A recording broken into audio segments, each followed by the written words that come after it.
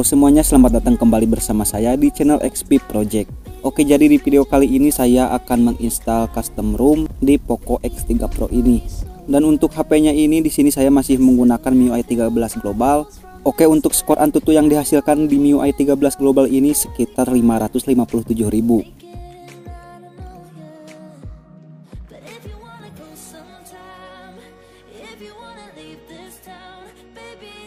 Ya, jadi ini adalah tampilan awal dari lock screen-nya si Android 12. Sekarang kita akan coba masuk ke mode menu. Untuk mode menunya ini di sini sangat clean sekali ya, seperti ini. Minim bloatware aplikasi dan sangat ringan. Dan untuk custom ROM ini ketika awal kita menginstalnya, untuk pemakaian memori internal di sini hanya termakan 5 GB atau 8 GB, saya lupa lagi. Lalu sekarang kita coba lihat untuk tentang ponselnya. Untuk versi si Android-nya di sini sudah versi 8.7. Lalu untuk kernelnya sendiri di sini menggunakan Sigma kernel versi 1.0. Dan untuk Android-nya di sini sudah Android 12 pastinya. Lanjut kita lihat untuk fitur-fiturnya sendiri. Untuk fiturnya kita masuk ke setelan si Android. Di sini untuk di bagian bilah status fiturnya cukup banyak ya, seperti ini. Dan untuk di custom ROM ini sudah ada monitor jaringan, lalu bisa merubah juga icon 4G atau LTE. Lalu ke setelan cepat di sini sudah ada beberapa fungsi untuk merubah gaya icon, dan juga di sini ada gaya animasi. Di sini saya akan coba gaya yang putar seperti ini.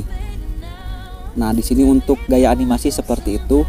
Lalu sekarang kita coba lanjut lagi ke kunci layar. Untuk di bagian kunci layar ini tersedia sampul album media ya. Ketika kita sedang memutar musik, di sini akan muncul menu sampul musik di bagian layar kuncinya ini. Lalu kita lanjut ke tampilan navigasi. Untuk tampilan navigasi di sini ada beberapa fitur ya. Dan untuk fiturnya ini ada bilah navigasi, animasi pixel, dan juga di sini ada tata letaknya, kita bisa ubah. Kemudian untuk tampilan pada tombolnya di sini juga cukup banyak. Namun ini tidak terlalu terpakai bagi saya. Lalu untuk antar mukanya di sini ada tampilan ambien. Untuk fitur ambien displaynya ini kita bisa gunakan dan akan aktif apabila ada notifikasi. Dan untuk tampilan ambien ini tidak akan aktif selamanya atau seperti tampilan AOD pada umumnya. Kemudian di sini juga ada animasi untuk mematikan layar ya, atau kita mengunci layar. Dan untuk fitur ini masih tersedia di paket custom ROM AOSP yang lainnya. Lalu di sini juga ada tambahan fitur yaitu untuk merubah gaya bilah navigasi. Di sini untuk tampilannya cukup banyak seperti ini. Dan juga di sini tersedia beberapa tampilan font apabila kalian ingin merubah tampilan font. Lalu untuk paket icon juga di sini sudah banyak perubahan tampilan seperti ini. Kemudian untuk gaya icon sinyal juga sudah kita bisa ubah, dan untuk perubahannya juga sudah cukup banyak. Lalu kita juga bisa merubah tampilan icon WiFi. Kemudian di sini juga bisa merubah bentuk icon. Di sini untuk pengaturan tampilannya sudah cukup banyak juga. Dan untuk tampilan seperti ini menurut saya sesuai selera kalian saja. Lanjut pada fitur notifikasi, di sini untuk fiturnya biasa saja, tidak ada yang spesial. Lalu selanjutnya pada fitur suara di sini ada visual audio. Dan untuk fungsi dari visual audio ini adalah untuk menampilkan semacam spektrum di bagian layar kunci dan juga pada tombol navigasi di bagian bawah. Selanjutnya di sini ada lain-lain, dan di sini juga sudah tersedia game mode. Dan untuk fitur game mode ini diberi nama ruang permainan, dan untuk fitur di dalamnya hanya seperti ini saja. Untuk fitur boostingnya di sini hanya ada mode standar, mode performa, dan hemat baterai. Selanjutnya kita ke bagian gestur. Untuk di bagian gestur di sini ada 3 pilihan. Ada pilihan navigasi 2 tombol, navigasi 3 tombol, dan full gestur tentunya. Dan untuk pengaturan full gesturnya ini sudah cukup banyak. Di sini kita bisa merubah tampilan garis gestur di bagian bawah. Dan untuk perubahannya di sini kita hanya bisa merubah panjang atau pendeknya tampilan gestur di bagian bawah. Lalu untuk animasi gestur kembali juga di sini sudah ada tersedia.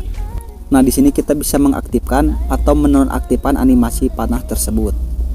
Selanjutnya ada fitur yang saya sukai juga di bagian gestur ini.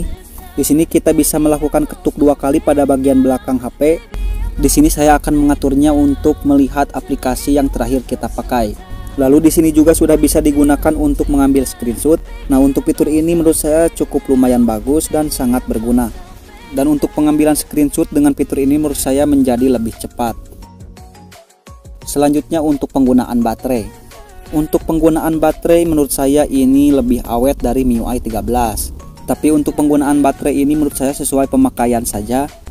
Dan untuk pemakaian saya yang biasa seperti ini, untuk SOT yang dihasilkan dari ROM ini dengan pemakaian saya, di sini saya mendapatkan SOT sekitar 6 jam. Dan ini menurut saya sudah lebih baik daripada MIUI 13 global sebelumnya. Lalu untuk NFC di custom ROM ini masih normal dan tidak ada masalah. Selanjutnya untuk custom ROM ini juga sudah menyediakan perekam layar bawaan, dan untuk pengaturan audionya di sini sudah bisa merekam audio internal. Namun untuk pengaturan lainnya seperti mengatur resolusi di perekam bawaan ini masih belum tersedia. Selanjutnya untuk kamera bawaan di custom ROM ini sudah menggunakan MIUI kamera. Jadi untuk fitur-fiturnya di sini sudah sama seperti fitur kamera di MIUI 13 global. Jadi untuk di bagian kamera ini menurut saya sudah tidak ada kendala.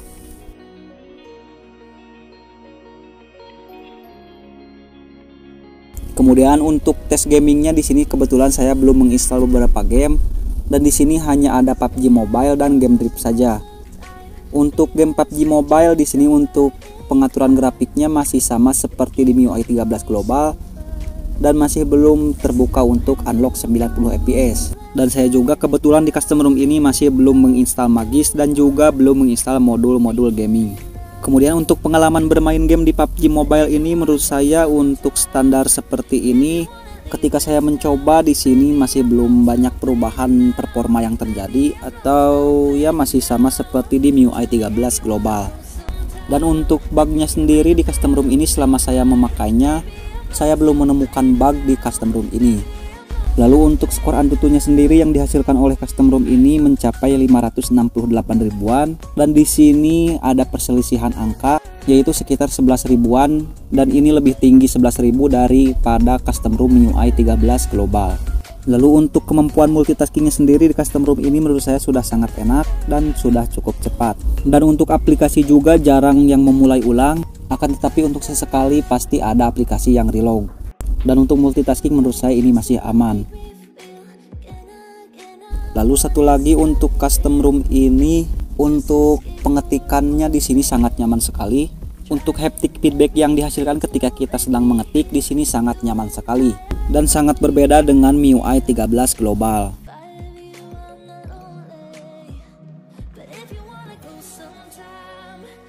Ya, di sini saya sudah masuk TWRP dan di sini saya menggunakan Orange Fog Recovery. TWRP di Poco X3 Pro ini sayang sekali ya masih belum bisa membaca memori internal. Jadi saya sarankan bagi kalian yang ingin menginstal custom ROM di Poco X3 Pro ini, saya sarankan untuk menggunakan memori eksternal ataupun USB OTG. Ya, di sini saya akan langsung saja untuk melakukan format data, dan untuk cara ini terserah kalian saja mau format data atau tidak juga.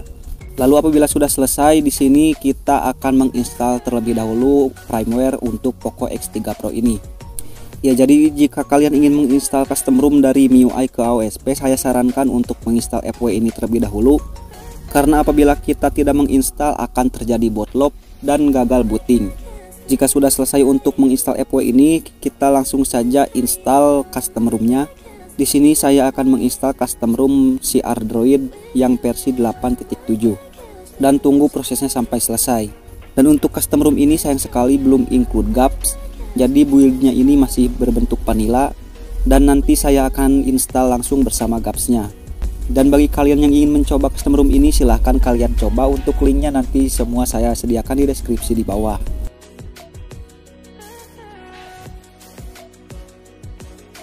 Oke, setelah install custom ROM-nya di sini kita langsung saja install GApps-nya. Dan di sini saya akan mencoba menginstal Magis juga. Ya, dan untuk penginstalan Magis ini ternyata filenya korup, jadi saya langsung reboot sistem saja. Untuk proses ini mungkin agak sedikit lama, jadi saya akan percepat saja, dan nanti saya akan langsung setup saja untuk HP-nya ini.